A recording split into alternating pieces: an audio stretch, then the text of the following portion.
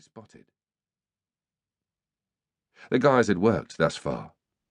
Several of the gaunt individuals who inhabited the building had been and gone during the course of the day and hadn't given him a second glance. But of John Sagan there'd been no sign. Heck knew that because, from where he was slumped, he had a good vantage along the passage, and number 36, the door to Sagan's flat, which stood on the right-hand side, hadn't opened once since he'd come on duty that lunchtime. The team knew Sagan was in there. Officers on the previous shift had made casual walk-bys and had heard him moving around, but he was yet to emerge.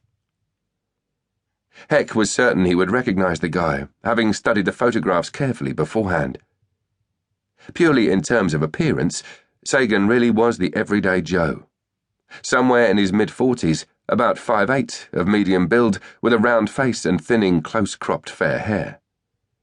He usually wore a pair of round-lensed gold-rimmed spectacles, but otherwise had no distinguishing features, no tattoos, no scars.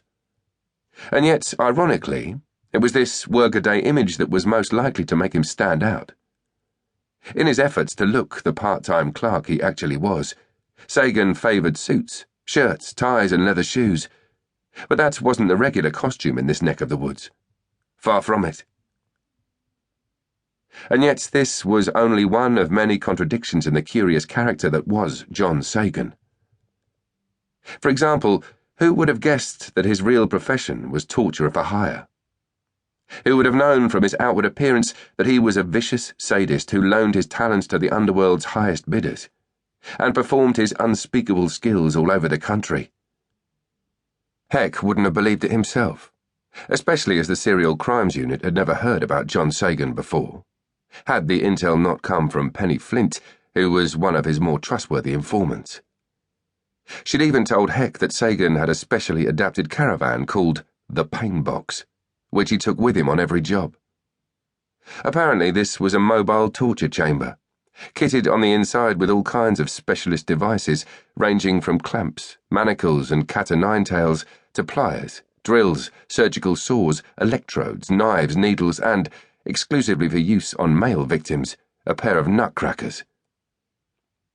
To make things worse, and apparently to increase the sense of horror for those taken inside there, its whole interior was spattered with dried bloodstains, which Sagan purposely never cleaned off. Penny Flint knew all this because, having offended some underworld bigwig, she herself had recently survived a session in the Pain Box, if you could call it surviving. When Heck had gone to see her in her Lewisham flat, she'd been on crutches and looked to have aged 30 years.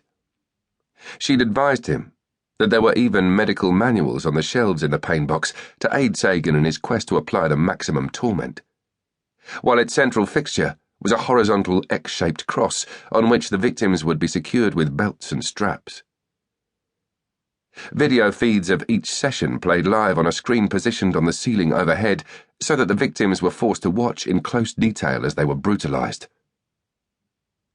As he waited there on the semi-derelict corridor and took another swig of meths, Heck recollected the initial reaction back at the Serial Crimes Unit, or SCU as it was officially known in police circles, when he'd first broken the story. Strictly speaking, a freelance torturer operating inside the underworld wasn't entirely within their normal remit, but it was anyone's guess how many people this guy had maimed and or murdered. It was way too tempting a case to simply hand over. Even so, there had been understandable doubts expressed. Why haven't we heard about this guy before? DC Shauna McCluskey wanted to know. Shauna had grown increasingly cynical and pugnacious the longer she'd served in SCU.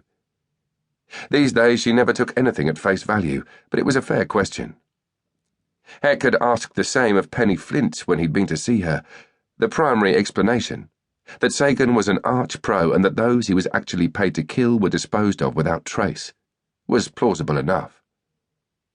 But the secondary explanation, that he'd mostly tended to punish gangland figures who'd betrayed or defied their bosses, and so those who were merely tortured and released again would be unwilling to blab, was less so.